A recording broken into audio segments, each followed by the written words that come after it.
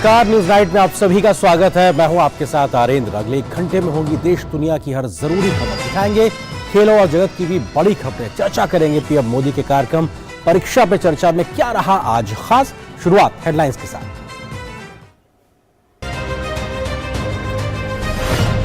दिल्ली के तालकटोरा स्टेडियम में लगी पीएम मोदी की पाठशाला। परीक्षा पे चर्चा के दौरान पीएम ने छात्रों को दिए तनाव कम करने के टिप्स। कहा, परीक्षा जीवन का अंत नहीं, सिर्फ परीक्षा के लिए नहीं, जीवन में भी टाइम मैनेजमेंट को बताया अहम। कहा, हर विषय की पढ़ाई के लिए माइक्रो मैनेजमेंट करें।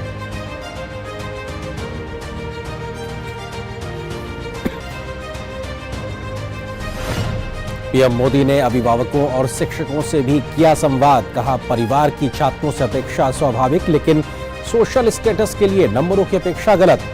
डंडे के दम पर बच्चों में अनुशासन लाने को बताया गलत। कहा, छात्रों को हर समय टोका टोकी से बचें अभिभावक।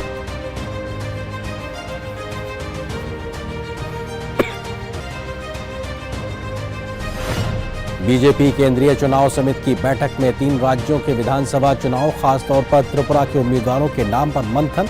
पीएम नरेंद्र मोदी, पार्टी के राष्ट्रीय अध्यक्ष जेपी नड्डा, गृह मंत्री अमित शाह, रक्षा मंत्री राजनाथ सिंह सहित तमाम वरिष्ठ नेता हुए बैठक में शामिल। त्रिपुरा के एक विधायक और एक पूर्व विधायक बीजेपी में शामिल।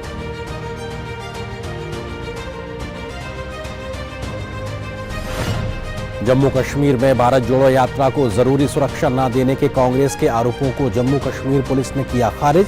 कहा, सुरक्षा के थे पूरे इंतजाम, आगे भी देंगे फुल प्रूफ सुरक्षा। बीजेपी ने बोला, राहुल गांधी पर हमला। कहा, सुरक्षा में कोई कमी नहीं, यात्रा को सुर्खियों में बनाए रखने के लिए लगाए जाते हैं ऐसे आरोप।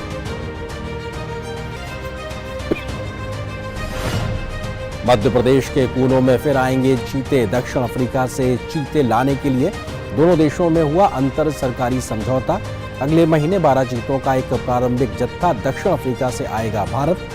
पहले नामीबिया से आए थे 8 चीते।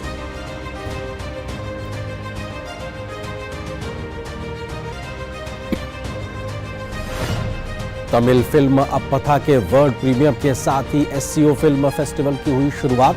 केंद्रीय सूचना और प्रसारण मंत्री अनुराग सिंह ठाकुर समेत फिल्म इंडस्ट्री के कई दिग्गज उद्घाटन समारोह में रहे मौजूद। अनुराग ठाकुर ने कहा, आज भारतीय फिल्में अपने कंटेंट के दम पर दुनिया में हो रही हैं सफल।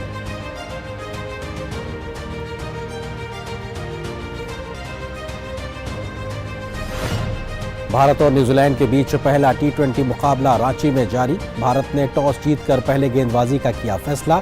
न्यूजीलैंड को शुरुआती झटके।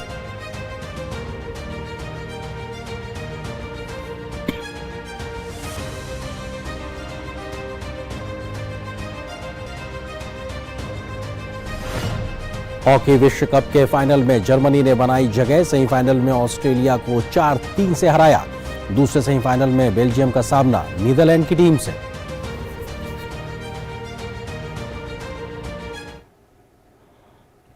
खबरों पर डालते हैं विस्तार से नजर। प्रधानमंत्री नरेंद्र मोदी ने आज परीक्षा पे चर्चा के 6ठे संस्करण पर छात्रों के साथ संवाद स्थापित किया।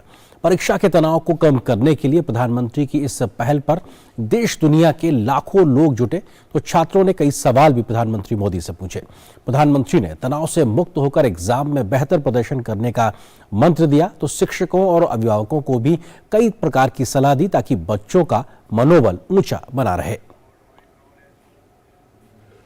जीवन किसी एक स्टेशन पर रुकता नहीं है जी। अगर एक स्टेशन छूट गया तो दूसरी ट्रेन आएगी, दूसरे बड़े स्टेशन पे ले जाएगी। अब चिंता मत कीजिए। एग्जाम वो एंड ऑफ द लाइफ नहीं होता है जी। इस तनाव से मुक्ति का मन में संकल्प कर लेना चाहिए। जो भी आएगा, मैं जिंदगी को जीने का तरीका जानता हूं, मैं इससे भी निपट लूंगा। परीक्षा सिर्फ एक पड़ाव है और जीवन एक लंबी यात्रा। छात्र अगर अपनी क्षमता की पहचान कर लें, उनके इरादे मजबूत हों और वे लगातार मेहनत करने की आदत रखें, तो यकीन मानिए बड़ी से बड़ी परीक्षा भी एक खेल की तरह मजेदार लगेगी। आपका इरादा, मेहनत और आपकी क्षमता एक नई ताकत देती है और यही है जीत का मंत्र। प्रधानमंत्री ने सिर्फ बच्चों को ही नहीं बल्कि उनके माँ बाप और देश के सभी नागरिकों को गैजेट्स से बचने की सलाह दी। उन्होंने कहा कि तकनीक अपनी जगह ठीक है, लेकिन उसके चक्कर में बिना वजह अपना समय बर्बाद ना करें। हमारी क्रिएटिविटी का सामर्थ्य अगर एवरेज हिंदुस्तान में 6 घंटे स्क्रीन पर जाए तो ये बहुत चिंता का विषय है। एक प्रकार से गैजेट हमें गुलाम बना देता है। मेरे हाथ में कभी कोई मोबाइल फोन शायद आप रेयरली कभी देखा होगा। मैंने क्यों अपने आप को संभाल के रखा हुआ है, जबकि मैं एक्टिव बहुत हूं, लेकिन उसके लिए समय मैंने तय किया हुआ है। मैं समझता हूं कि हमने खुद ने कोशिश करनी चाहिए कि हम इन गैजेट्स के गुलाम नहीं बनेंगे। मैं एक स्वतंत्र व्यक्तित्व हूं, मेरा स्वतंत्र अस्तित्व है।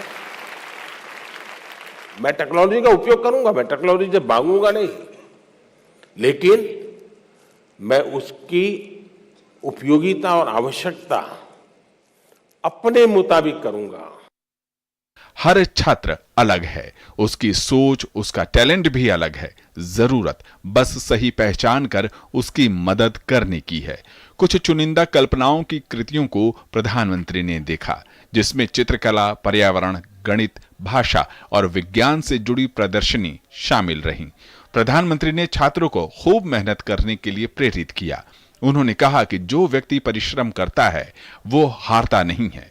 नकल करने वालों को भी प्रधानमंत्री ने कड़ा संदेश दिया। उन्होंने कहा कि जीवन में शॉर्टकट नहीं होता है।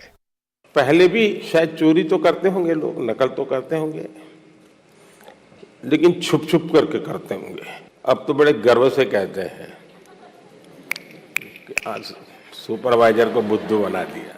ये जो मूल्यों में बदलाव आया है वो बहुत खतरनाक है। अब जिंदगी बहुत बदल चुकी है, जगत बहुत बदल चुका है, और इसलिए ये बहुत आवश्यक है कि एक एग्जाम से निकले मतलब जिंदगी निकल गई, ये संभव नहीं है जी। कितनी जगह पे नकल करोगे जी? और इसलिए जो नकल करने वाला है वो शायद एक आध दो एग्जाम को तो निकल जाएगा, लेकिन जिंदगी कभी पार नहीं कर पाएगा। प्रधानमंत्री ने छात्रों को अपने देश की भाषा, संस्कृति और आसपास की घटनाओं से सीखने की प्रेरणा दी। उन्होंने कार्यक्रम के अंत में छात्रों से मुलाकात भी की। इसके अलावा अभिभावकों और शिक्षकों से आह्वान किया कि वे परीक्षा को बोझ नहीं बनने दें। वहीं छात्र भी अपने काम को टाले नहीं, समय से पूरा करें। अभिभावकों की सलाह माने, आलोचना को स्वीकार करें और साथ ही माँ बाप की अपेक्षाओं को अपने मजबूत इरादों से जोड़ लें और स्मार्ट तरीके से कड़ी मेहनत करें। तब परीक्षा बोझ नहीं बल्कि उमंग बन जाएगी। निशांत सौरभ और विकास सारथी के साथ ब्यूरो रिपोर्ट, डीडी न्यूज।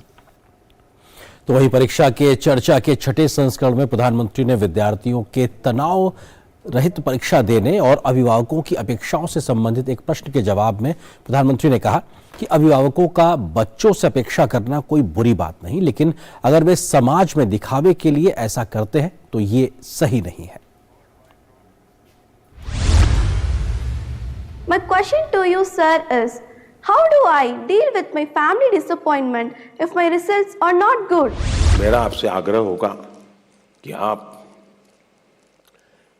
दबावों के दबाव में न रहें। हाँ, कभी कभी दबाव को एनालिसिस कीजिए।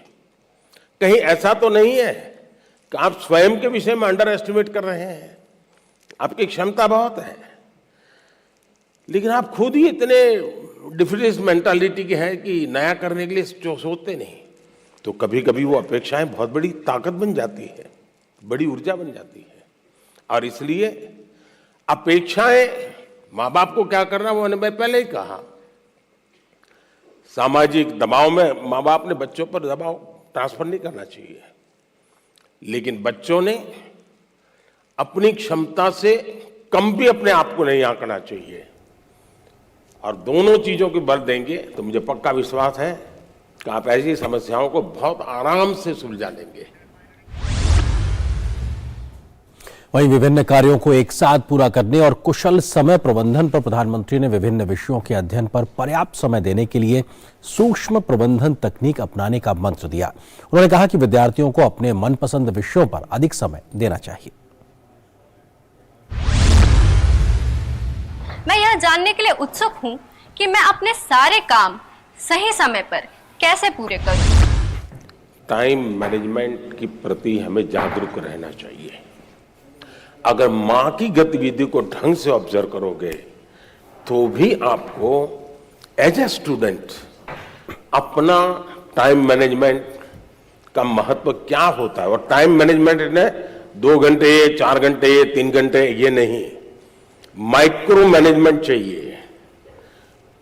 किस विषय को कितना टाइम देना है, किस काम को कितना टाइम देना है, और इतना बंधन भी नहीं डालने हैं कि बस 6 दिन तक ये करूंगा ही नहीं क्योंकि मुझे पढ़ना है।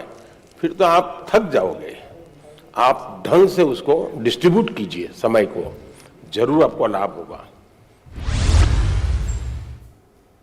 तो प्रधानमंत्री मोदी ने आज जब छात्रों से परीक्षा पर चर्चा की तो देश भर के छात्रों ने इस संवाद पर खुशी जाहिर की। छात्रों ने मोदी सर के क्लास और उनके मंत्र को अपने लिए बहुत उपयोगी बताया और कहा कि अब उनको तनाव कम करने में ज्यादा मदद मिलेगी। देश भर में विद्यार्थियों ने आज प्रधानमंत्री के साथ परीक्षा पे चर्चा की। प्रधानमंत्री की पाठशाला से छात्रों को बहुत से मंत्र मिले। प्रधानमंत्री मोदी से चर्चा के बाद विद्यार्थी काफी उत्साहित नजर आए। हमें उससे काफी मोटिवेशन मिली। मैं तो कभी कभार ये सोचती हूँ कि मतलब पीएम को कैसे पता चल जाता है कि हम जो सोच रहे होते हैं वो उनके क्वेश्चंस के आंसर बहुत अच्छे तरीके से देते हैं। मेरी ये समस्या रही है कि मैं टाइम मैनेजमेंट नहीं कर पाती, पर आपके इसे देखने के बाद, इस प्रोग्राम को देखने के बाद मैंने टाइम मैनेज करना सीखा। जो हम काम पूरे 6 दिन में एक साथ करते हैं, मैं उसे अब विस्तार से करूंगी। तो मुझे आपसे बहुत प्रेरणा मिली।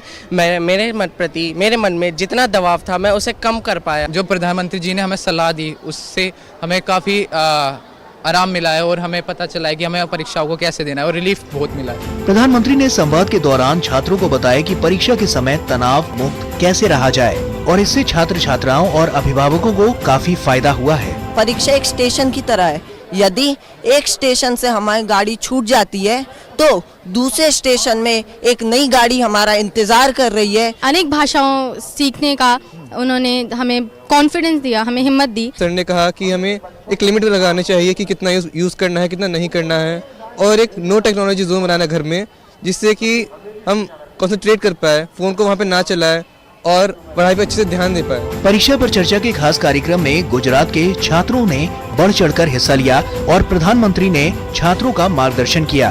पहली बात मैंने यह सीखी कि हार्ड वर्क और स्मार्ट वर्क कभी अलग अलग नहीं कर सकते हैं। हमें दोनों का मिलाप करना पड़ता है और दोनों का इस्तेमाल ढंग से करना होता है। राजस्थान के अनेक स्कूलों में प्रधानमंत्री नरेंद्र मोदी के परीक्षा पर चर्चा कार्यक्रम को लाइव दिखाया गया।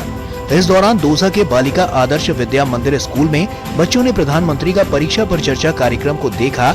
इस दौरान प्रधानमंत्री द्वारा परीक्षा के दौरान बरती जाने वाली सावधानियां और टिप्स जाने और उन्हें अपने जीवन में अपनाने की बात कही। हमें नकल नहीं करनी चाहिए और नकल के लिए लोग जो सामग्री में जितनी मेहनत करते हैं उतनी मेहनत अगर वो पढ़ाई में करे तो उन्हें अच्छे अंक प्राप्त होंगे और वो जीवन में सफल होंगे। प्रधानमंत्री जी ने बताया कि स्मार्ट वर्क और हार्ड वर्क में किस प्रकार भेद होता है और किस प्रकार बच्चों को स्मार्टली हार्ड वर्क करना चाहिए, अच्छे अंक प्राप्त करने चाहिए और परिश्रम करके अपने माता पिता की अपेक्षाओं पे भी खरा उतरना चाहिए। छात्रों का कहना है कि प्रधानमंत्री मोदी के संबोधन के बाद वे अब परीक्षा की तैयारी टाइम मैनेजमेंट के साथ साथ तनाव मुक्त होकर करेंगे। तमाम और शहरों में भी प्रधानमंत्री की परीक्षा पे चर्चा में छात्र शामिल हुए और प्रधानमंत्री के मार्गदर्शन को लेकर काफी खुश दिखे। दिल्ली से गिरीश निशाना और मुकेश शुक्ला के साथ bureau report, DD news.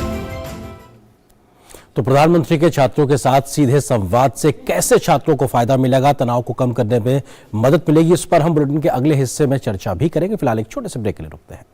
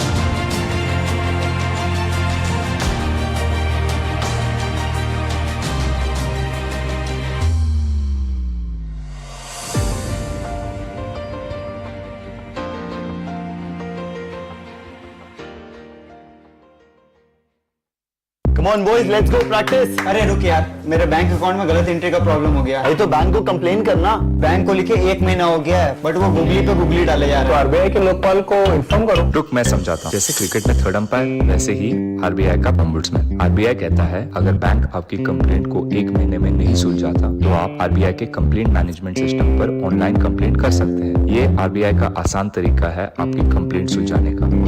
Free. RBI कहता है जानकार बनिए, सतर्क रहिए।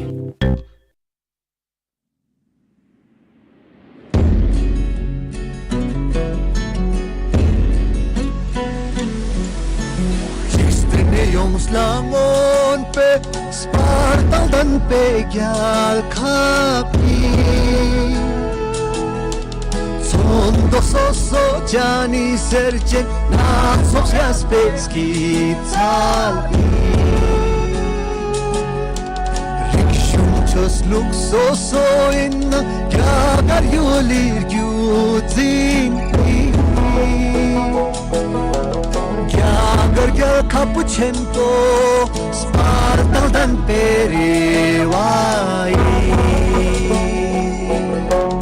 La mas cuni Mina solvamos lami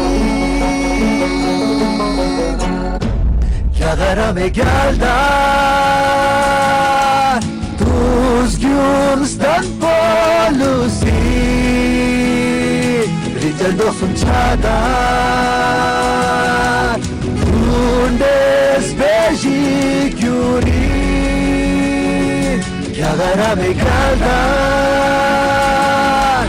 Tuz Gyumstan Bolusik Richard Çadar Bundesbejik yuri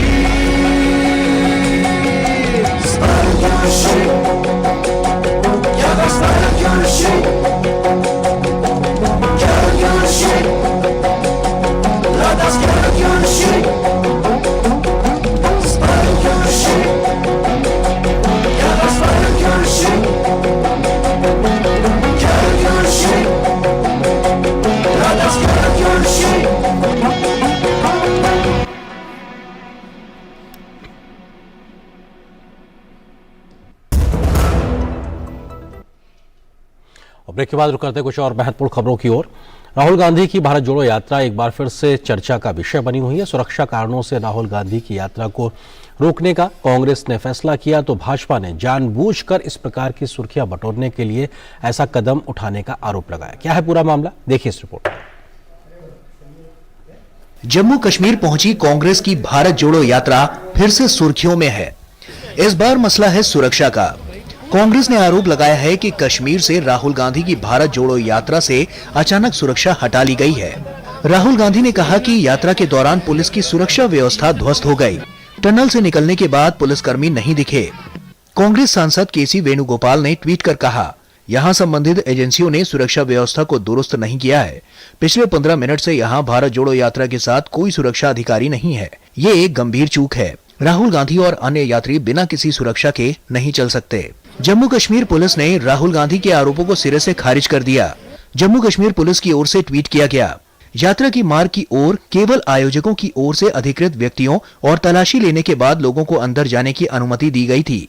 यात्रा के आयोजकों और प्रबंधकों ने बनिहाल से यात्रा में शामिल होने वाले लोगों की बड़ी भीड़ के बारे में सूचित नहीं किया, जो शुरुआती बिंदु के पास ही उमड़ पड़ी थी। सुरक्षा के पूरे इंतजाम किए गए थे। सीएपीएफ की 15 कंपनियों और जेकेपी की 10 कंपनियों सहित आरओपी और QRT, route domination, lateral deployment और एसएफ को तैनात किया गया था। आयोजकों की ओर से 1 किलोमीटर की यात्रा करने के बाद यात्रा को बंद करने पर कोई निर्णय लेने से पहले जम्मू कश्मीर पुलिस से कोई राय नहीं ली गई थी। बाकी यात्रा शांतिपूर्वक जारी रही। सुरक्षा में जरा भी चूक नहीं हुई। हम फुल प्रूफ सुरक्षा मुहैया कराएंगे। The concerns relating to the security arrangements for Bharat Jodo Yatra, 15 companies of paramilitary forces and 10 companies of J&K police were in deployment. It comprises road opening parties for 12-kilometer long stretch of today's Yatra from Uzuru to Vesu. Further, the positioning of security personnel on 39 laterals, that is feeder roads connecting the Yatra route, and 40 high rises being covered with appropriate weaponry. सुरक्षा में चूक के राहुल गांधी के आरोपों को BJP ने अनर्गल बताते हुए खारिज कर दिया। पार्टी का कहना है कि भारत जोड़ो यात्रा केवल सुर्खियों में बनी रहे, इसीलिए ऐसे आरोप लगाए जाते हैं, जबकि सच्चाई ये है कि सुरक्षा में कोई कमी नहीं थी। सबसे पहले तो ये सारे आरोप जो कांग्रेस पार्टी और राहुल गांधी लगा रहे हैं, उनका खंडन करते हुए बिल्कुल स्पष्ट हो गया है, ये सारे बयान आरोप अनर्गल हैं और ये प्रतीत होता है कि इस पे ओछी और घटिया राजनीति करी जा रही है। जब इस तरह के बयान राहुल गांधी द्वारा और कांग्रेस पार्टी द्वारा दिए जाते हैं तो एक बात स्पष्ट हो जाती है, भारत जोड़ो यात्रा जो कि केवल सुर्खियों में बनी रहे, इसलिए इस तरह से जगह जगह पर यह कह दिया जाता है कि जो सुरक्षा थी वो पर्याप्त नहीं थी। उधर जम्मू कश्मीर बीजेपी ने भी राहुल के आरोपों पर करारा पलटवार किया है और कहा है कि कश्मीर की जनता ने राहुल गांधी की यात्रा का बहिष्कार कर दिया तो सुरक्षा का बहाना लगाकर राहुल गांधी जी ने अपनी यात्रा स्थगित कर दी है। जम्मू कश्मीर की जनता ने जब श्री राहुल गांधी जी की इस यात्रा से दूरी बना ली तो श्री राहुल गांधी जी ने सुरक्षा का बहाना लगाकर एक प्रोपेगेंडा किया, दुष्प्रचार किया और अपनी यात्रा को स्थगित किया। सुरक्षा की यहाँ तक बात है, पुख्ता सुरक्षा के इंतजाम श्री राहुल गांधी जी की यात्रा के संदर्भ में पूरे जम्मू कश्मीर में है। यात्रा निकालना राजनीतिक मामला है, लेकिन सुरक्षा एजेंसियों पर आरोप लगाकर उन्हें राजनीति में खींचना कहीं से ठीक नहीं माना जा सकता। Bureau report, DD news. Bharatiya Janata party की केंद्रीय चुनाव समिति की अहम बैठक आज दोपहर पार्टी के केंद्रीय मुख्यालय पर हुई। इस बैठक में केंद्रीय चुनाव समिति के सदस्य शामिल हुए। इस बैठक में त्रिपुरा विधानसभा चुनाव के उम्मीदवारों के नाम पर मंथन हुआ, जिसके बाद उम्मीदवारों की सूची जारी की जाएगी। सीईसी की बैठक में पीएम मोदी, पार्टी के राष्ट्रीय अध्यक्ष जेपी नड्डा, गृह मंत्री अमित शाह, रक्षा मंत्री राजनाथ सिंह सहित चुनाव समिति के सदस्य और त्रिपुरा से राज्य बीजेपी के वरिष्ठ नेता और प्रभारी शामिल हुए।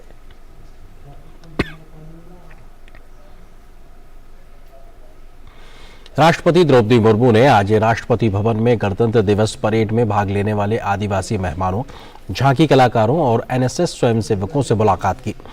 कलाकारों और एनएसएस के स्वयंसेवकों ने राष्ट्रपति के सामने अपनी कला का प्रदर्शन भी किया। इस अवसर पर केंद्रीय जनजातीय कार्य मंत्री अर्जुन मुंडा भी उपस्थित रहे।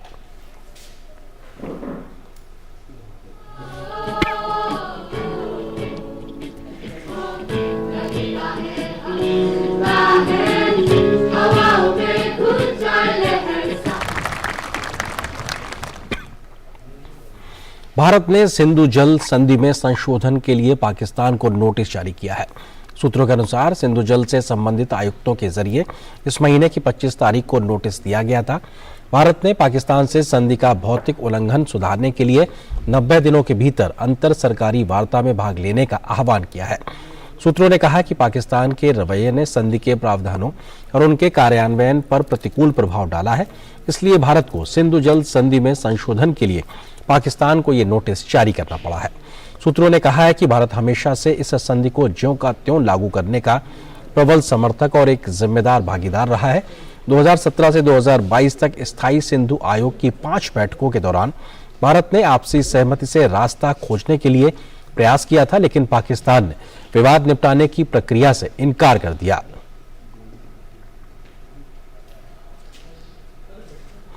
और अब बात प्रधानमंत्री नरेंद्र मोदी के राजस्थान दौरे की। प्रधानमंत्री नरेंद्र मोदी शनिवार को राजस्थान के भीलवाड़ा स्थित मलेश्वरी में देव नारायण भगवान की पूजा अर्चना और आहुति करेंगे और साथ ही साथ एक विशाल जनसभा को भी संबोधित करेंगे। बतौर प्रधानमंत्री 70 वर्षों में ऐसा पहली बार होगा जब कोई प्रधानमंत्री गुज्जर समाज के आराध्य देव देव नारायण भगवान की जन्मस्थली पहुंचेगा। भगवान देव नारायण के 1111वें अवतरण दिवस के मौके पर प्रधानमंत्री नरेंद्र मोदी राजस्थान में उनके जन्मस्थल मालसेरी में मौजूद रहेंगे एवं उनको पूजा आरती और आहुति समर्पित करेंगे। आजादी के 7 दशक बीत जाने के बाद ये पहला मौका होगा जब गुज्जर समाज के आराध्य देव की जन्मस्थली पर बतौर प्रधानमंत्री नरेंद्र मोदी भगवान देव नारायण को श्रद्धा सुमन अर्पित करेंगे। इस अवसर को और खास बनाने के लिए देव नारायण जी के 1111 अवतरण दिवस पर पूरे प्रदेश के साथ साथ देश के कई हिस्सों में 1111 किलो पीले चावल आमंत्रण के तौर पर वितरित किया गया, जो राजस्थान की एक पौराणिक परंपरा है। इस खास मौके के लिए प्रधानमंत्री को आमंत्रित किया गया, जिसमें वे शिरकत करने यहां पहुंचेंगे। इस कार्यक्रम को ऐतिहासिक बनाने के लिए बड़ी संख्या में राजस्थान के अलावा देश के अन्य राज्यों से श्रद्धालु लाखों की संख्या में यहां मौजूद रहेंगे। मोदी जी का इंतजार कल से बहुत जबरदस्ती हो रही है और भीड़ इतनी तादाद से है जो बहुत कमी आ रही है और लोग बाग आने के लिए बहुत गाड़ियां, घोड़ा, अफसर, अधिकारी, कर्मचारी सब लग रहे हैं। राजस्थान के 1 करोड़ गुर्जर समाज के लोग उनका तहे दिल से स्वागत करना चाहते हैं और आज पहले हिंदुस्तान के कोई भी प्रधानमंत्री और कोई भी बड़े नेता वसुंधरा जी के अलावा यहाँ नहीं आए, इसलिए माननीय प्रधानमंत्री जी के लिए सभी राजस्थान और पूरे भारत के गुर्जर समाज के लोग उनके तन मन धन से साथ हैं और रहेंगे। माना जाता है कि देव नारायण भगवान विष्णु के अवतार हैं, जिनके पास कई दैवीय शक्तियां थीं। साथ ही साथ वे एक बड़े गौरक्षक के रूप में भी पूजे जाते हैं, जिनके पास 1 लाख से ज्यादा गायें थीं। भगवान देव नारायण को एक योद्धा के तौर पर भी पूजा किया जाता है, जिन्होंने उस समय विदेशी घुसपैठियों को करारा जवाब दिया था। स्थानीय लोगों को उम्मीद है कि प्रधानमंत्री नरेंद्र मोदी के यहां आने से इस देवस्थल का विकास कॉरिडोर की तर्ज पर किया जाएगा।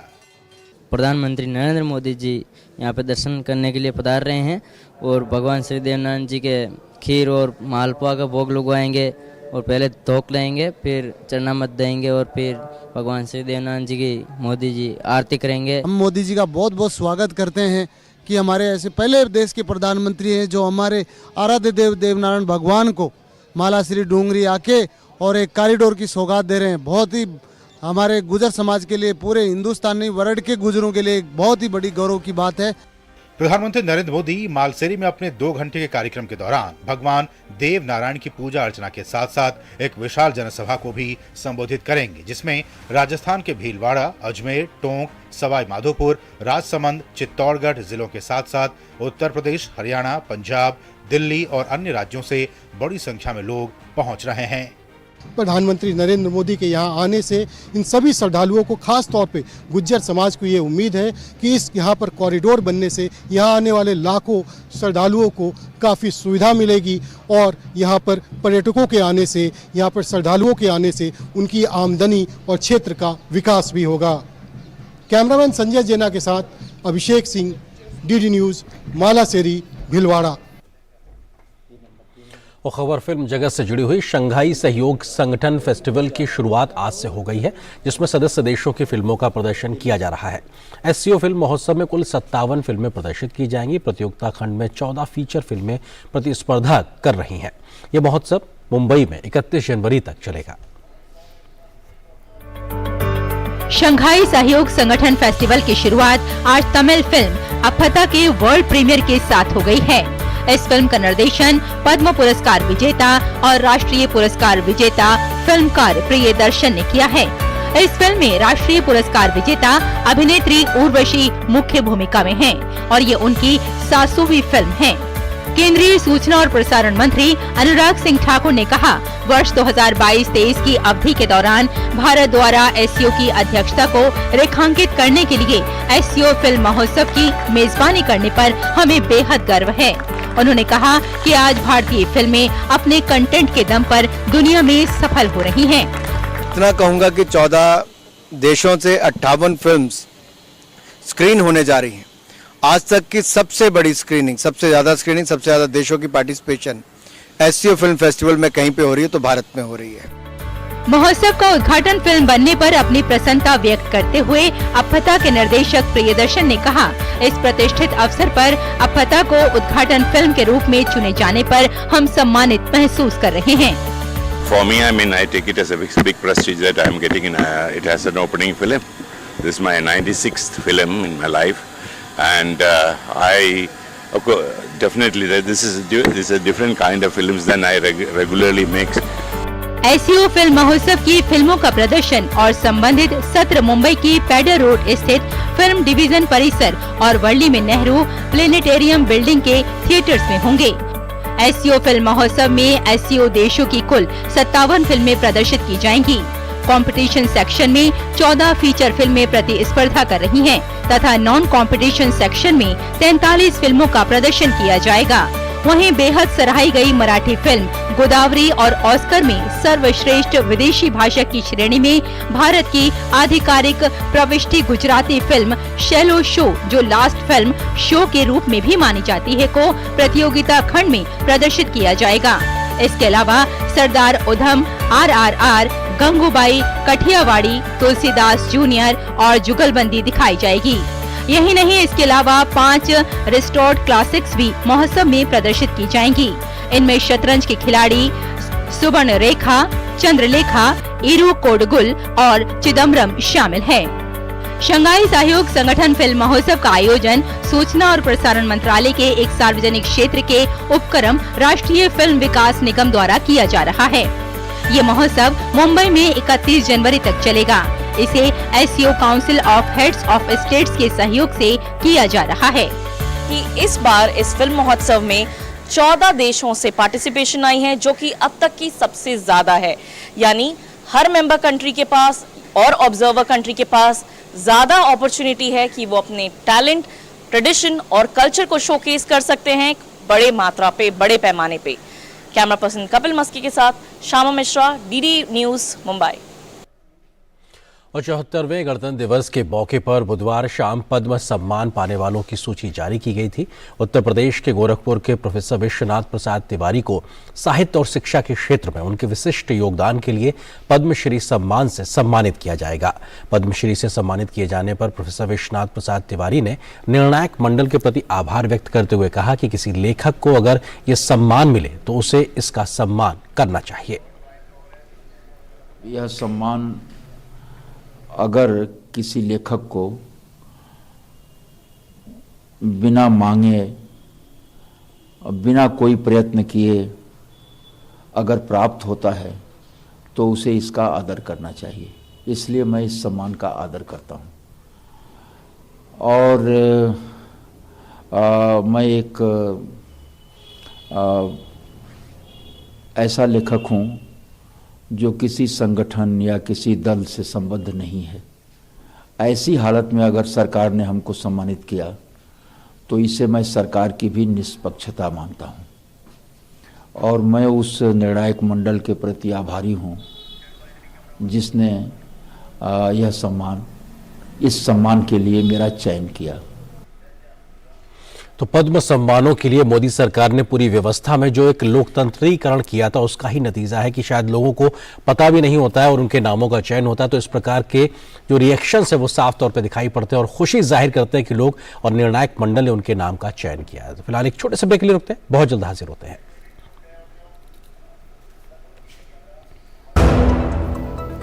करदाता ध्यान दें, देर न करें।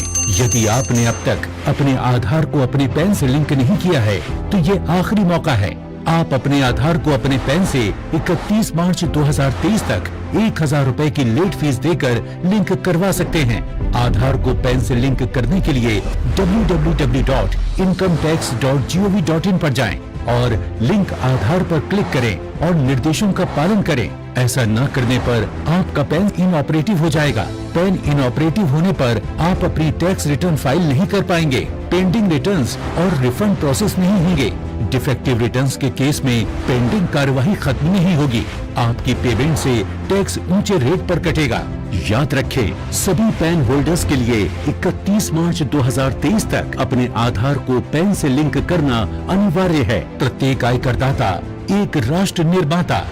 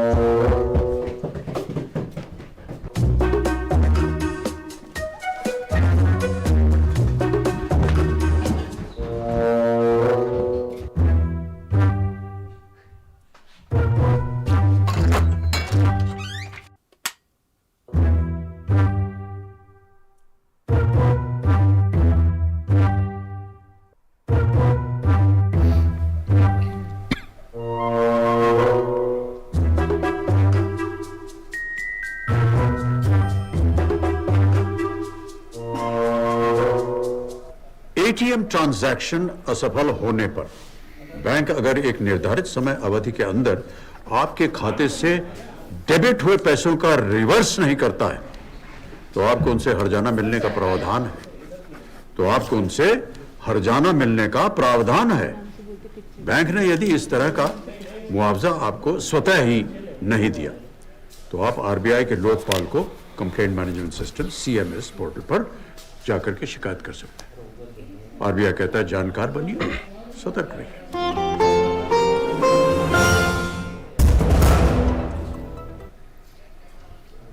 और ब्रेक के बाद आज की बड़ी खबर पे करते हैं चर्चा, क्योंकि परीक्षा पे चर्चा आज हुई है। प्रधानमंत्री की पाठशाला लगी है बच्चों के लिए, इसी से जुड़ा है आज का हमारा विशेष भी। पीएम की पाठशाला में छात्रों को मंत्र, क्योंकि तमाम प्रकार के मंत्र दिए हैं कैसे तनाव को कम किया जाए, प्रेशर को कम किया जाए और ताकि अच्छे मन से बच्चे परीक्षा दे सकें और बेहतर प्रदर्शन कर सकें। और इस विषय पे बात करने के लिए आज बहुत ही खास मेहमान हमारे साथ मौजूद हैं, क्योंकि वो मेहमान हैं जो प्रधानमंत्री की पाठशाला में आज मौजूद थे। और ऐसे 3 खास छात्र इस वक्त मेरे साथ मौजूद हैं। मेरे दाईं ओर बैठे हुए हैं आशीष कुमार वर्मा है, जो कि केवी विद्यालय, केंद्रीय विद्यालय जो कि राष्ट्रपति भवन दिल्ली में मौजूद है, उसके छात्र हैं। आशीष, बहुत बहुत स्वागत है। मेरे बाईं ओर बैठी हुई है अक्षता शेहरावत और नवोदय विद्यालय गाजियाबाद की छात्रा है। अक्षता, आपका भी स्वागत है। इसके अलावा मेरे तरफ बैठी है बी निष्ठा, और जो कि केवी केंद्रीय विद्यालय इम्फाल की छात्रा है। निष्ठा, आपका भी बहुत बहुत स्वागत है। आप सभी का स्वागत। और सबसे पहला सवाल मैं निष्ठा आपसे शुरू करता हूं। ये पूछना चाहता हूं कि पीएम सर की क्लास के बाद में आपकी टेंशन कम हुई, प्रेशर थोड़ा कम हुआ? हाँ, होना तो चाहिए और हुआ भी। पीएम साहब ने जब हमें ऐसी सलाह दी तो मुझे लगा कि अवश्य हमारे परिवार के सदस्य ही हमें सलाह दे रहे हैं और उनको हमारे बारे में, हमारे मन में क्या चल रहा है, ये जानते हुए देखकर मेरे मन का भी he put my mind at ease। बिल्कुल। अक्षता, आपको लगता है कि प्रधानमंत्री जब आप लोगों से बात कर रहे तो एक चीज और अपने दर्शकों को बता दें, ये तीनों वो बच्चे हैं जिन्होंने आज के परीक्षा पे चर्चा कार्यक्रम का संचालन में भी वो हिस्सा थे, उस टीम का हिस्सा थे, एंकरिंग टीम का हिस्सा थे। तो निश्चित तौर से इन छात्रों को भी अपने आप में बधाई है कि आप सबने ये काम को बहुत बेहतरी से संपन्न किया। अक्षता, सवाल ये कि प्रधानमंत्री जब भी कोई उनसे सवाल किया जाता था, वो जवाब देते थे, तो उस जवाब में बच्चों के मन की बातें छुपी होती थी। ये लगातार निकल के आए आप लोगों के माध्यम से भी। कैसा महसूस हुआ और कितना तनाव कम हुआ आपका? जिस सहज तरीके से वो हर प्रश्न का उत्तर दे रहे थे, लग रहा था कोई घर का बड़ा ही हमारे प्रश्नों का उत्तर दे रहा हो। जैसे प्रधानमंत्री हैं, आप उनसे एक्सेप्ट नहीं कर सकते कि वो इतने प्यार से, इतने अच्छे से समझाएंगे। और कोई भी प्रश्न होता था, एकदम सहज तरीके से सारे प्रश्नों का उत्तर उन्होंने दिया और बहुत अच्छा लगा। आशीष, आपका क्या अपना अनुभव रहा? क्योंकि प्रधानमंत्री होते हैं, लेकिन उसके बाद वो बच्चों के साथ में उनकी टेंशन को दूर करने के लिए समय निकालते हैं। इसको आप किस तरह से देखते हैं? और आप भी उस मंच संचालन का हिस्सा थे? हाँ, मैं भी उस मंच संचालन का हिस्सा था। और आपने जैसे बोला प्रधानमंत्री, तो मुझे भी पहले ऐसा लग रहा था कि प्रधानमंत्री जैसे ही आएंगे क्या होगा, नर्वसनेस थी। पर जैसे ही उन्होंने बोलना स्टार्ट किया और हमसे कन्वर्सेशन कर रहे थे वो असल में, तो जैसा कि वो बीच बीच में हमें जोक सुना रहे थे, मतलब ऐसे बोल रहे थे जैसे वो सच में जो भी हमारे मन में चल रहा होता है, जैसे चुटकुले जो हम स्कूल में किया करते, जो भी बदमाशियाँ कि हम पास हो, हम फेल हो, क्या जाता है, तो ये जितनी भी चीज़ें थी वो उन्हें सब पता था। और उन्होंने इस पे जो है बहुत अच्छे से सरल तरीके से हम सबको समझाया कि क्या गलत है क्या सही, और हम सबका जो टेंशन है वो दूर कर दिया। निष्ठा, क्या क्या बड़े आपने एक तरीके से टिप्स हैं जो प्रधानमंत्री ने दिए, उनको आपने अपने अंदर बैठा लिया है कि अब आप जब पेपर देने जाएंगे तो उस टेंशन को फ्री करने के लिए उन टिप्स का इस्तेमाल करेंगे? जरा बताइए एक बार फिर से। एक टिप था कि प्रधानमंत्री जी ने कहा था कि हमें डिजिटल लाइफ से एक फास्टिंग रखनी चाहिए। वो वाली मुझे बहुत अच्छी लगी, क्योंकि जब हमारा एग्जाम होता है तभी हम फोन को अपने से दूर तो रखना ही पड़ेगा, क्योंकि पढ़ाई तो नहीं होती जब हमारे पास फोन होता है। और ये बात मुझे बहुत अच्छी लगी। जी अक्षता, कौन सी बड़ी टिप्स आपने अपने पास सहेज ली हैं जिनका इस्तेमाल आप करने वाली हैं परीक्षा के समय? जो परीक्षा के समय क्या, मैं अपनी पूरी लाइफ में उस टिप को जरूर इम्प्लीमेंट करना चाहूंगी, जो था कंस्ट्रक्टिव क्रिटिसिज्म। प्रधानमंत्री जी ने बोला टोका टाकी एक अलग चीज है और आलोचना एक अलग चीज। आलोचना हमारे जीवन के लिए जरूरी है क्योंकि वो हमें बेहतर करने के लिए प्रेरित करती है। तो कहीं ना कहीं कंस्ट्रक्टिव क्रिटिसिज्म बहुत इंपॉर्टेंट था और मैं उसे जरूर अपनी लाइफ में इम्प्लीमेंट करना चाहूंगी। आशीष, क्योंकि टोका टाकी और एक तरीके से कंस्ट्रक्टिव जो क्रिटिसिज्म है उसके बीच के अंतर को प्रधानमंत्री ने कहा क्या कुछ आप जैसे छात्र ऐसा कुछ इसका मिसयूज तो नहीं करेंगे कि प्रधानमंत्री ने मना किया था, मम्मी पापा अब डांटना नहीं मुझे? नहीं, ऐसा कुछ भी नहीं है। कंस्ट्रक्टिव क्रिटिसिज्म की जैसे उन्होंने बोला कि जो हमारे अपने हैं वो हमें टोका टाकी करते हैं, वो हमारे भलाई के लिए करते हैं, तो उसे जो है वो जो भी वो बोलते हैं उसे हमें अपने जो है उसमें लेना चाहिए कंसिडरेशन में कि हाँ वो जो बोल रहे हैं वो सही है। जैसे मेरी मम्मी अगर कुछ मुझे बोले कि ये नहीं करना चाहिए वो करना चाहिए तो वो डेफिनेटली करना चाहिए, पर जैसे टोका टाकी होता है कि कोई जो दूसरा बाहर का व्यक्ति है वो आके मुझे बोले कि तुम पर ये अच्छा नहीं लग रहा, तो आई गेस उसे कंसिडरेशन में लेना चाहिए, पर एट द एंड जो हमारे अपने बोल रहे हैं उसे हमें कंसिडरेशन में लेना चाहिए। तो मैं यही बोलूँगा कि कंस्ट्रक्टिव क्रिटिसिज्म जो है मतलब जो हम कंसिडरेशन में लेते हैं कि हमें क्या करना चाहिए क्या नहीं करना चाहिए, वो बहुत सोच समझ के लेना चाहिए। निष्ठा, आपको लगता है कि प्रधानमंत्री का जो स्टूडेंट्स हैं या टीचर्स हैं, उसके अलावा जो पेरेंट्स हैं, उनके साथ में इस प्रकार से कम्युनिकेट करना, ये अपने आप में एक अलग तरीके की कोशिश है?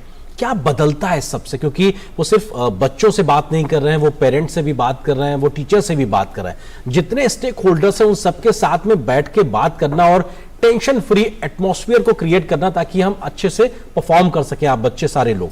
क्या बदलता है? आपको क्या लगता है क्या बड़ी चीजें बदली हैं इससे? निष्ठा, मुझे लगता है कि जब प्रधानमंत्री जी के परीक्षा पे चर्चा शो, ये सिर्फ स्टूडेंट्स के लिए ही नहीं है, बल्कि इसको पेरेंट्स और टीचर्स भी देखना चाहिए। बिल्कुल। अक्षता, टाइम मैनेजमेंट को लेकर भी प्रधानमंत्री ने मंत्र दिया था, उसको लेकर क्योंकि वो माइक्रो मैनेजमेंट की भी बात कर रहे हैं, मतलब उस लेवल पे जाने की जरूरत है। आपको लगता है कि प्रधानमंत्री तो कितनी बड़ी बड़ी चीजों का ध्यान रखते होंगे और बच्चों को पढ़ाई में कितना फोकस तरीके से आगे बढ़ना और कौन कौन सी टिप्स देनी है? आपको थोड़ा सा लगा कि कैसे प्रधानमंत्री को इतना कुछ पता है? प्रधानमंत्री जी के मैं अधिकतर जो वो भाषण देते हैं उसमें जरूर कहते हैं युवा शक्ति का नारा, तो वो ये परीक्षा पे चर्चा जो प्रोग्राम आयोजित किया जाता है वो भी युवा के लिए ही है।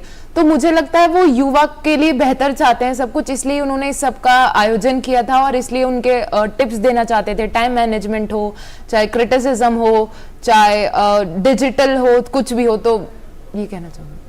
आशीष, क्योंकि शॉर्टकट नहीं अपनाना है और जिंदगी में किसी गलत मीन यानी गलत तरीके से हमें कभी सफलता के बारे में सोचना भी नहीं, क्योंकि जिंदगी एक एग्जाम तक नहीं बहुत आगे तक है। ये भी एक बड़ी अच्छी बात प्रधानमंत्री की। आपको लगता है कि ये एक जो मैसेज था, ये किस तरीके से आप छात्र लेते हैं इसको और कैसे इसको हमें हमेशा रिकॉल करने की जरूरत है? शॉर्टकट इन द सेंस कि जो भी हम गलत तरीके से एग्जाम में या फिर जो हमारे लाइफ में चीज़ों को अचीव करने की कोशिश करते हैं, जैसा कि हमारे टीचर्स भी हमें बोलते हैं कि जो शॉर्ट टर्म में मिली हुई चीज़ें होती हैं वो ज़्यादा देर तक नहीं टिकती हैं। तो प्रधानमंत्री का जो बोलना था वो एकदम सही था कि जो शॉर्टकट से मिली हुई चीज़ें होती हैं, जैसे एग्ज़ाम में मार्क्स या फिर टीचर की कोई जैसे टीचर के असाइनमेंट्स, प्रॉक्सी लगाना, ये सब वगैरह, तो मैं ये बोलूँगा कि शॉर्टकट से मिली हुई चीज़ें जो है वो एट द एंड एग्ज़ाम में पास हो सकते हैं, पर एट द एंड की जैसे कोई हायर कॉम्पिटिटिव लेवल एग्जामिनेशन हुआ उसमें फिर वो आदत नहीं रह जाएगी, उसमें भी हम सोचेंगे शॉर्टकट, और अगर वहां पकड़े गए फिर जैसा प्रधानमंत्री का बोलना था कि बहुत बुरा हो सकता है, तो शॉर्टकट नहीं लेना है। बिल्कुल निष्ठा, क्योंकि शॉर्टकट एक अपने आप में एक बहुत ऐसी चीज है, हम लोगों को हमेशा लगता है कि हम कुछ ऐसा करें हम कम एफर्ट से ज्यादा हासिल कर सके, ये सबके मन में होता है, इट्स ए ह्यूमन नेचर। आपको लगता है कि इस प्रकार की टिप्स को पाने के बाद में कई चीजें बदलती हैं जब आपको लगता है कि हाँ प्रधानमंत्री आपसे ये बात कह रहे हैं शॉर्टकट को लेकर? निष्ठा, प्रधानमंत्री जी ने कहा था कि हार्ड वर्क और स्मार्ट वर्क जीवन में दोनों ही ज़रूरी है, और मेरे ख्याल से आपको भी पता होगा कि मेहनत का फल मीठा होता है, तो इसीलिए मैं तो प्रेफर करूंगी कि शॉर्टकट का ज़रूरी भी है शॉर्टकट, लेकिन ज़्यादातर हमें दोनों की ज़रूरी है और दोनों को साथ में मिलकर एक टीम वर्क जैसा इसको इस्तेमाल करना चाहिए दोनों को। अक्षता, क्योंकि निष्ठा ने इस बात को कहा कि मेहनत का फल मीठा होता है, बहुत अच्छे से उन्होंने हंसते हुए इस बात का जिक्र किया। आप कैसे देखती हैं, शॉर्टकट नहीं अपनाना है, गलत मीन नहीं लेना है और बेहतर से टाइम मैनेजमेंट के साथ पढ़ाई करके आगे बढ़ना है, ये मैसेज कैसे आप इस सबको एक्सेप्ट करते हैं आप लोग? परीक्षा पे चर्चा जब आयोजित हुआ, मतलब हर एक बात जो पीएम ने कही उसको मन कर रहा था, जो वो कह रहे थे लग रहा था हाँ अब ये एक्सेप्ट कर लो, ये एक्सपेक्ट कर लो, क्योंकि वो सब कुछ इतना अच्छा बोल रहे थे, चाहे टाइम मैनेजमेंट हो, और जिस तरीके से अगर हम किसी और से भी पूछते हैं वो प्रश्नों का उत्तर कहते हैं ऐसे कर लो ऐसे कर लो, पर वो जिस तरीके से हमारी लाइफ से कोरिलेट करके सब कुछ आंसर कर रहे थे, लग रहा था कि हाँ this is something that I have to work on. Okay Ashish, क्योंकि प्रधानमंत्री की इस पाठशाला मतलब पीएम मोदी सर की क्लास के बाद में आपने अपने आपस के बच्चों या फ्रेंड्स के साथ इंटरेक्शन किया होगा, मम्मी पापा के साथ में बातचीत की होगी, फैमिली मेंबर्स के साथ में, टीचर्स के साथ में, सबका रिएक्शन क्या था? किन बातों पे सबसे ज्यादा लोग आपस में बात कर रहे थे कि नहीं जी साहब ये तो बड़ा अच्छी बात करी, हम लोगों को मिलकर इस पे फोकस करने की जरूरत है? तो रिएक्शन तो बहुत अमेजिंग था कि जैसे ही मतलब हम लोग का मोबाइल्स ले लिया गया था अभी, तो फिर जैसे ही मोबाइल्स मिले तो जो रिएक्शन था वो बहुत ज़्यादा अच्छा था, क्योंकि हमारे स्टेटस डालने से पहले सबके स्टेटस में हमारा वीडियोस डल चुके थे और आधी परीक्षा पे चर्चा हमने वापस उन स्टेटस से ही देख ली थी, तो ये बहुत अच्छा लगा मुझे। ओके निष्ठा, आपका रिएक्शन किस तरह से रहा है? आपको फीडबैक कैसे मिले जब आपने इस पूरे कार्यक्रम के बाद में फैमिली मेंबर्स और टीचर्स और फ्रेंड्स के साथ बातचीत की? किन चीज़ों पे सबसे ज़्यादा आप लोगों ने आपस में डिस्कस किया? मैं तो अपने टीचर्स को पहले थैंक्स करूंगी, मुझे इतनी बड़ी अपॉर्चुनिटी जो दी उनने। और मैं जब मेरे प्रोग्राम के बाद मैं अपने फ़ोन को चेक करी तो सबके स्टेटस में मेरे ही न्यूज़ आ रहे थे और मुझे इतनी खुशी और प्रेरणा मिली। उन्होंने मुझे इतना सपोर्ट दिया, मैं उनको धन्यवाद करना चाहूँगी। अक्षता, आपकी क्या बातचीत हुई अपने पेरेंट्स और मम्मा पापा से? पहले तो मैं नवोदय विद्यालय समिति को धन्यवाद करना चाहूंगी मुझे इतनी बड़ी अपॉर्चुनिटी देने के लिए। रिएक्शन जब मुझे पता चला मेरा सिलेक्शन हुआ है तब ये था कि हाँ चलो हो गया सिलेक्शन, पर जब तक आप उस ट्रेनिंग में नहीं आते आपको वो रियलाइज नहीं होता। जब परीक्षा पे चर्चा हो गई, हम लोग जैसे ही स्टेज से नीचे उतरे, हम सबने मीडिया ने हमें कवर कर दिया इंटरव्यूज के लिए, कुछ क्वेश्चंस के लिए, और बहुत अमेजिंग फीलिंग थी वो। तब लग रहा था कि हाँ कुछ अकम्प्लिश किया है, and that was only because of परीक्षा पे चर्चा।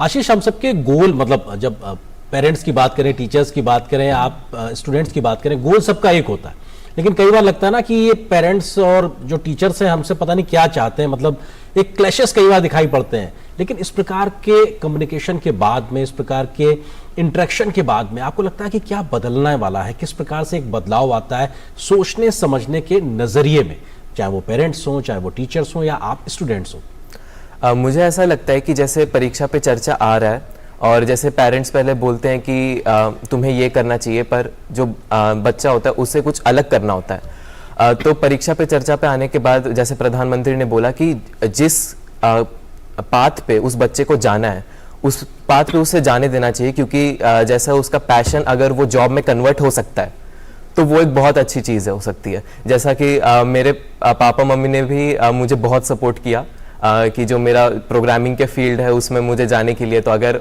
एग्जाम में मार्क्स अगर थोड़े से कम भी हो जाते हैं तो मुझे ज़्यादा कुछ नहीं डांटते, वो बोलते कि ठीक है बेटा ये भी कर लो।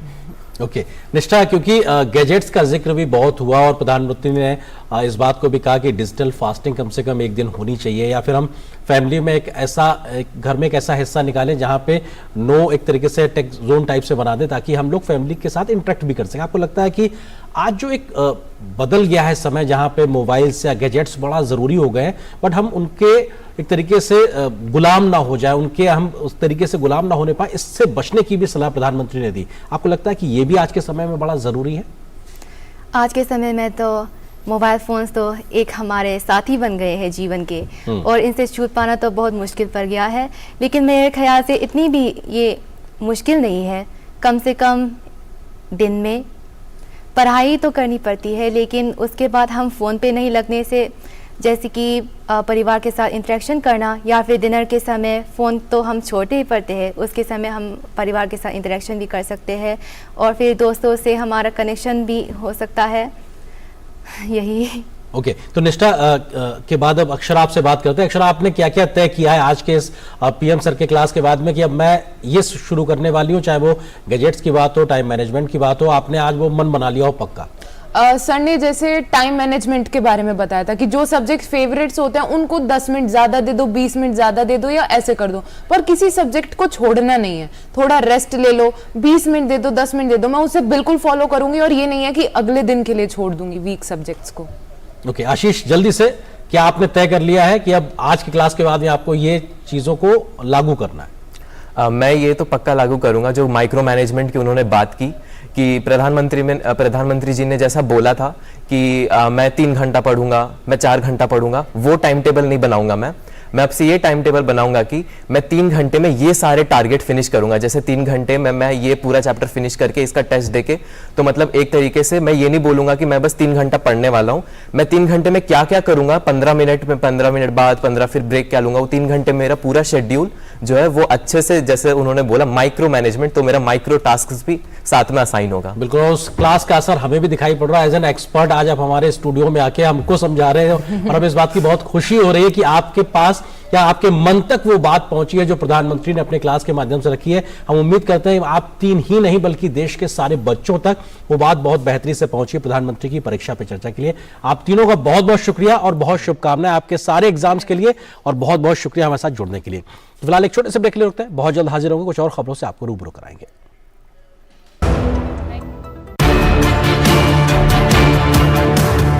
Navy gives me strength. The Navy gives me support.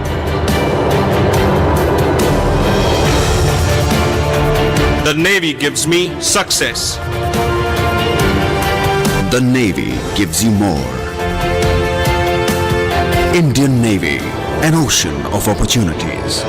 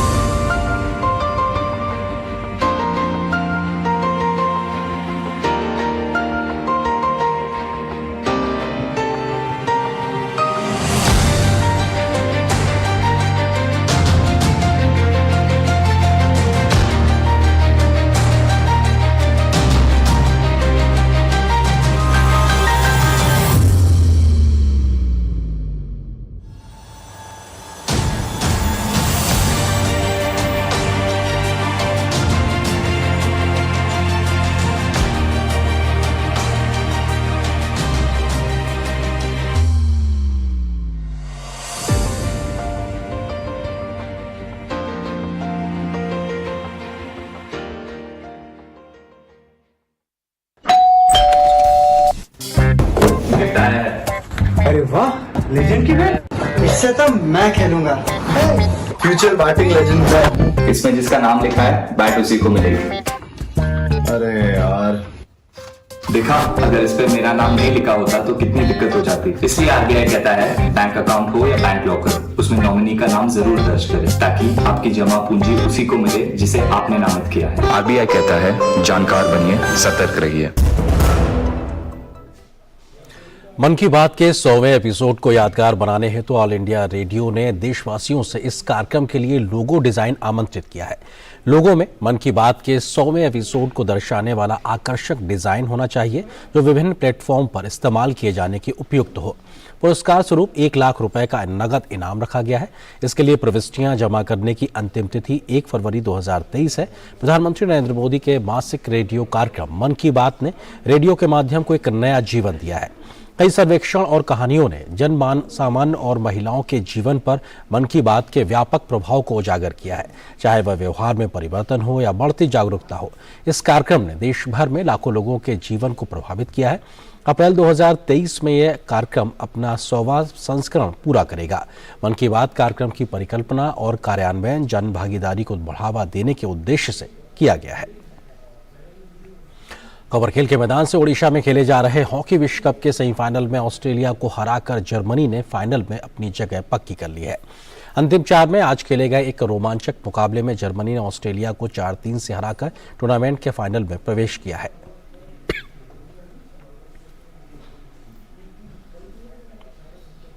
बात क्रिकेट की, भारतीय टीम अंडर 19 महिला क्रिकेट विश्व कप के फाइनल में पहुंच गई है। आज खेले गए सेमीफाइनल मुकाबले में भारत ने न्यूजीलैंड को 8 विकेट से शिकस्त दी है। न्यूजीलैंड ने भारत के सामने जीत के लिए 108 रन का लक्ष्य रखा था। जवाब में भारत ने 2 विकेट खोकर 14 ओवर और 2 गेंदों में यह लक्ष्य हासिल कर लिया। और फिलहाल न्यूजीलैंड में बस इतना ही, लेकिन जाते जाते आपको छोड़ जाते हैं देश की कुछ और महत्वपूर्ण खबरों पर फटाफट अंदाज में आप देखिए खबरें। मुझे और मेरी पूरी टीम को दीजिए इजाजत। नमस्कार। दिल्ली में मेयर पद के चुनाव में हो रही देरी को लेकर आप नेता शैली ओबरॉय की अर्जी पर सुप्रीम कोर्ट 3 फरवरी को सुनवाई करेगा। शुक्रवार को शैली ओबरॉय की ओर से अभिषेक मनु सिंघवी ने CJI से जल्द सुनवाई की मांग की थी। बीजेपी ने आप पर पलटवार करते हुए कहा कि आम आदमी पार्टी का मकसद मेयर का चुनाव कराना नहीं है, बल्कि सुप्रीम कोर्ट जाकर मेयर के चुनाव को लटकाना है। अहोबिलम मठ परंपरा के तहत आने वाले श्री लक्ष्मी नरसिम्हा स्वामी मंदिर में आंध्र प्रदेश सरकार द्वारा कार्यकारी अधिकारी की नियुक्ति के मसले पर सुप्रीम कोर्ट ने हाई कोर्ट के आदेश के खिलाफ राज्य सरकार की याचिका पर सुनवाई से इनकार कर दिया है। सुप्रीम कोर्ट ने कहा है कि मंदिर के प्रबंधन का काम मंदिर प्रबंधन पर छोड़ देना चाहिए, इसमें राज्य सरकार के दखल की जरूरत क्या है। गुजरात पुलिस ने शुक्रवार मोरबी पुल ढहने के मामले में 1262 पन्नों की चार्जशीट पेश की और ओरेवा समूह के निदेशक जयसुख पटेल को मुख्य आरोपी बनाया। राजकोट रेंज के पुलिस महानिरीक्षक के मुताबिक 10 आरोपियों के खिलाफ चार्जशीट दायर की गई है, जिनमें से 9 को गिरफ्तार कर लिया गया है, जबकि निदेशक फरार है। गौरतलब है कि पिछले साल 30 अक्टूबर को मोरबी में हुए हादसे में 135 लोग मारे गए थे। भारत ने मध्य प्रदेश में कुनो राष्ट्रीय उद्यान में 12 चीतों के स्थानांतरण के लिए दक्षिण अफ्रीका के साथ एक समझौते पर हस्ताक्षर किया है। पिछले साल सितंबर में नामीबिया से 8 चीतों के आने के बाद 12 चीतों का एक जत्था अगले महीने भारत आएगा। अगले 8 से 10 सालों तक हर साल 12 चीतों को भेजने की योजना है। इंटरपोल के एक प्रतिनिधि मंडल ने शुक्रवार को नई दिल्ली में राष्ट्रीय पुलिस स्मारक का दौरा किया और भारत को सुरक्षित रखने के लिए अपने प्राणों की आहुति देने वाले नायकों को श्रद्धांजलि अर्पित की। गौरतलब है कि इंटरपोल का ये प्रतिनिधि मंडल प्रधानमंत्री नरेंद्र मोदी के निमंत्रण के बाद यहां आया है। आधार के जरिए eKYC लेन देन अक्टूबर से दिसंबर 2022 के बीच 18.53% बढ़कर 84.8 करोड़ हो गया है, जो कि जुलाई से सितंबर चालू वित्तीय वर्ष की दूसरी तिमाही के मुकाबले 18.53% की वृद्धि है। अकेले दिसंबर में आधार का उपयोग करते हुए 32.49 करोड़ eKYC लेन देन किए गए, जो पिछले महीने की तुलना में 13% अधिक है। दिसंबर 2022 के अंत तक अब तक आधार eKYC लेन देन की संख्या कुल मिलाकर 1382.73 करोड़ हो गई है। उत्तराखंड स्थित विश्व प्रसिद्ध श्री बद्रीनाथ धाम के कपाट 27 अप्रैल को खुलेंगे। टिहरी के नरेंद्र नगर स्थित राज दरबार में आयोजित धार्मिक समारोह में बसंत पंचमी के दिन ये निर्णय लिया गया। गाड़ू घड़ा तेल कलश यात्रा 12 अप्रैल को निकाली जाएगी।